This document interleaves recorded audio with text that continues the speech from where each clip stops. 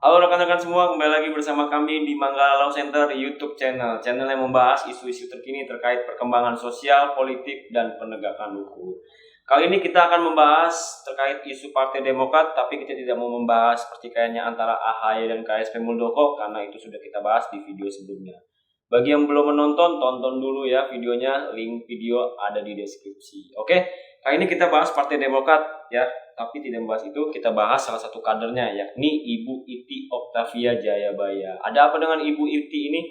Ya, Ibu Iti ini ramai-ramai di media massa setelah mengeluarkan statement ya, kekecewaannya atas diselenggarakannya KLB Deli Serdang dengan mengusung KSP Muldoko sebagai ketua umum yang baru. Nah, Bu Iti ini sebagai rasa kekesalannya terhadap KSP Muldoko, beliau mengatakan akan mengirimkan santet begitu ya kepada KSP Muldoko. Nah, kita akan bahas bagaimana santet diatur dalam hukum positif di Indonesia. Kita akan bahas akibat pernyataan dari Bu Iti Octavia Jayabaya tersebut, serta bagaimana implikasi politiknya terhadap pernyataan Bu Iti itu. Kita sudah bersama dengan Bro Heri. Bro Heri, apa kabar Bro Heri? Halo Mas Haji.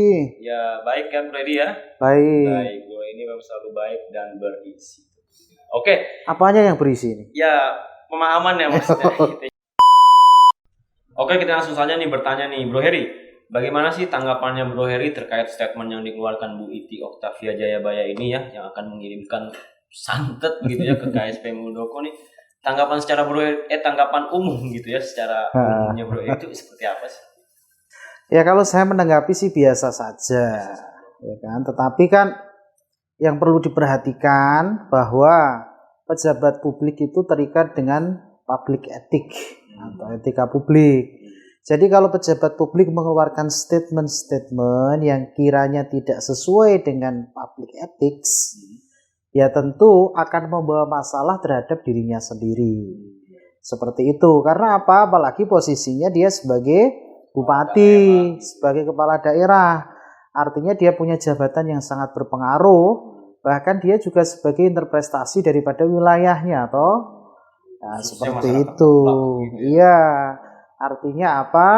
Pejabat itu tindak tanduknya ataupun paradigma berpikirnya, bahkan statementnya itu menjadi perhatian publik. Jadi kalau seorang pejabat itu mengeluarkan statement yang kontroversial, ya nanti akan dibully masyarakat tentunya kan. Seperti itu. Nah, terkait pembincangan kita nih mengenai santet sendiri ya. Santet sendiri sebenarnya dalam mekanisme hukum positif di negara kita ini pengaturannya seperti apa sih? Atau ada hukum nggak yang mengatur tentang santet sendiri ini? Bagaimana? Ya kalau santet secara eksplisit tidak disebutkan dalam hukum positif kita. Ya kalau secara spesifik. Nah tetapi santet itu kalau di masyarakat kita itu dikenal dengan kegiatan yang mistik gitu ya. Saya juga nggak terlalu paham tentang santet karena saya nggak punya ekspertasi tentang santet menyantet gitu. Tetapi kalau dikenal di dalam masyarakat secara sosiologi bahwa santet itu bagian dari kegiatan yang metafisik, kegiatan mistis. Nah, seperti itu. Ya, karena tidak dijelaskan secara konkret di dalam hukum secara normatif seperti itu. Nah, kalau di ketentuan KUHP ada berkaitan dengan hal-hal yang mistis gitu ya diatur. Contoh di dalam ketentuan pasal 545. Dalam ketentuan pasal 545 itu disebutkan bahwa barang siapa yang meramal gitu ya, meramalkan peruntungan orang lain atau menafsirkan mimpi dan lain sebagainya dan dijadikan profesi, itu juga bisa dikenakan pidana kurungan selama 6 hari. Iya, selama 6 hari. Nah, sedangkan kalau berlanjut sampai jualan ya, sampai jualan jimat atau ngelatih orang supaya sakti tapi untuk melakukan tindak pidana, nah, subjek hukum tersebut bisa dipidana dengan kurungan 3 bulan. Nah, bahkan seorang saksi nih, orang yang memiliki predikat sebagai saksi yang memberikan keterangan di suatu persidangan dalam pengadilan begitu, kalau dia membawa jimat ataupun apa yang berkaitan dengan hal-hal mistik gitu ya, dia juga bisa kena pidana kurungan itu. Ya, selama 10 hari. Nah, itu kalau berkaitan dengan hal mistik, tapi tidak disebutkan secara eksplisit bahwa hal mistik itu adalah santet. Nah, seperti itu. Jadi santet itu tidak secara jelas Bu itu ya, tapi hal-hal mistik ada pengaturannya Bu. Iya ada. Ya itu tadi.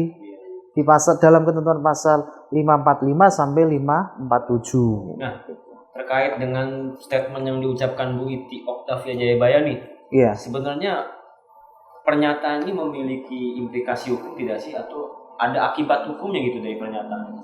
Ya tentu kalau suatu statement itu harus dilihat mensreanya dulu. Tetapi kalau mengancam dengan menggunakan hal mistik seperti santet dengan ada objek yang diancam, yaitu subjek hukum lain, dan apabila subjek hukum yang diancam itu merasa terancam, ya toh, kalau dia merasa terancam ya dia bisa menggunakan hak hukumnya, bisa melaporkan ke aparat penegak hukum. Nah, tentu berimplikasi hukum karena dia menyebut subjek hukum lain yang haknya juga dilindungi oleh hukum.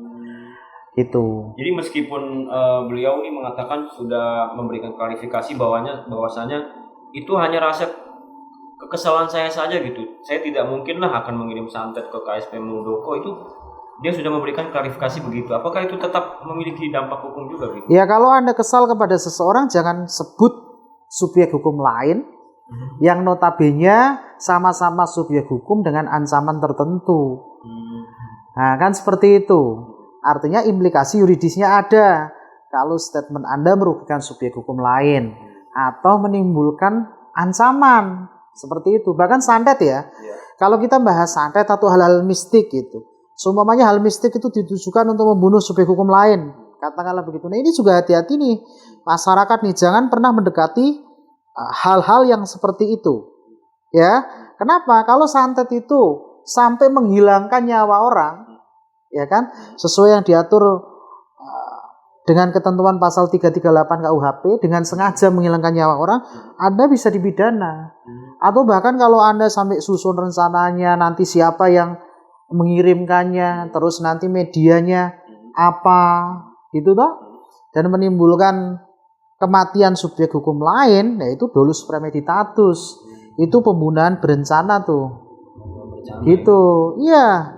Nah makanya hati-hati nih dengan hal-hal yang seperti itu. Meskipun santet ini cara membuktikannya juga susah, karena pembuktian kan harus dengan hal-hal yang konkret. Nah sementara santet ini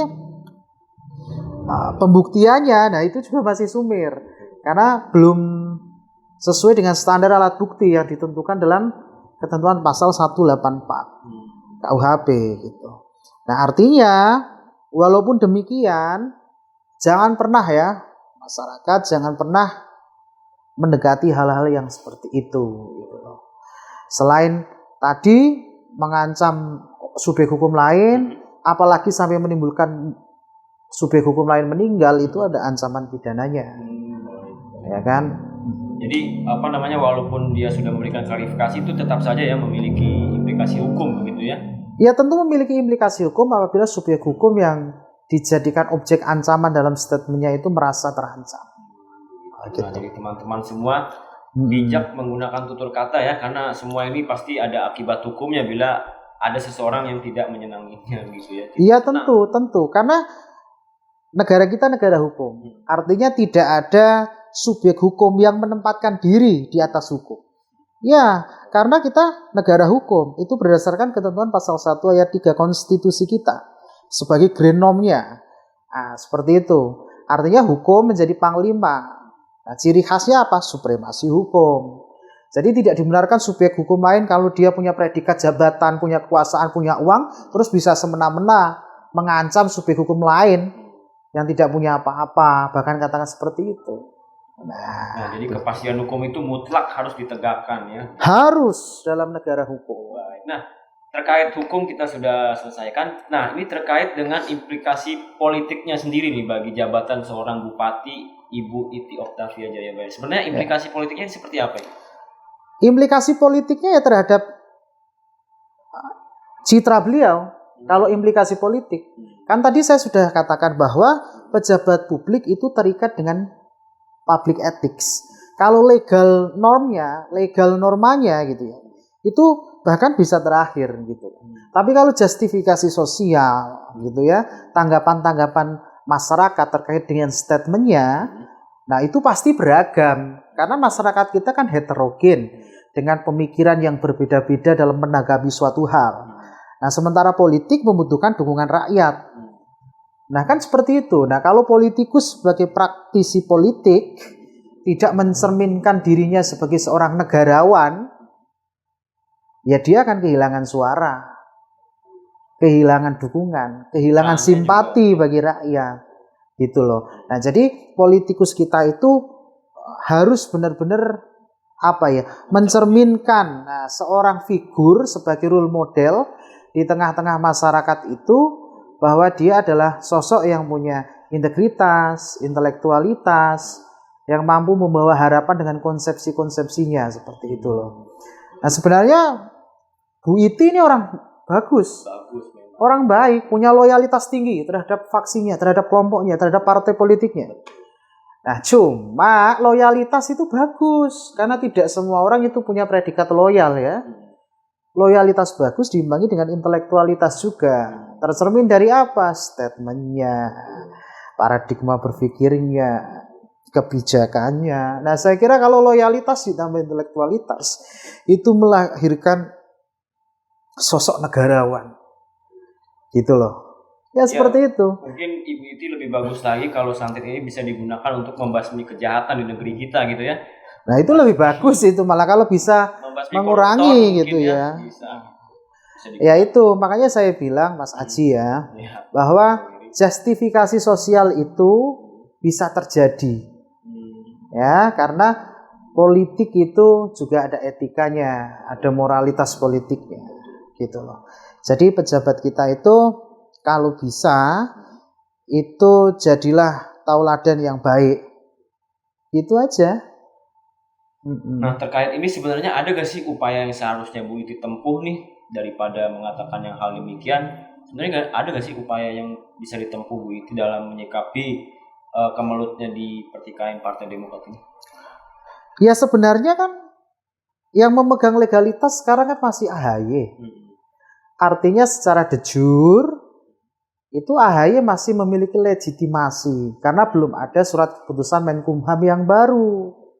Ya, artinya bagaimana? Ya, artinya dia nggak perlu repot-repot mengeluarkan statement yang menimbulkan citra partainya, citra dirinya menjadi rusak sendiri.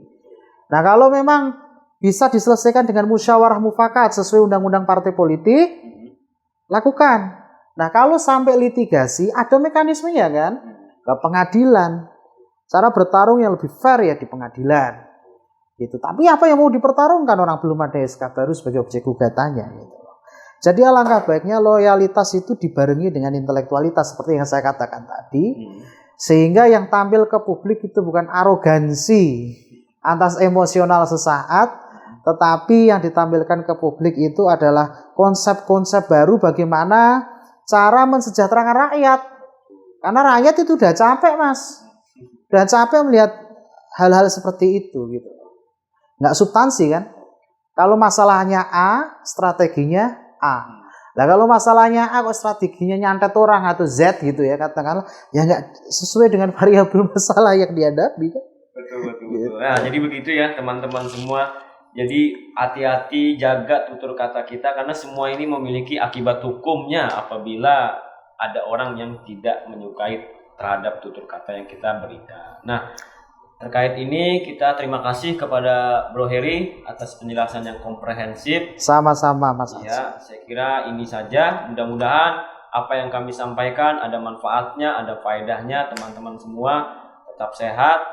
Nantikan video-video kami selanjutnya. Jangan lupa like, comment, share, and subscribe. Sadar hukum lebih baik. Sampai jumpa.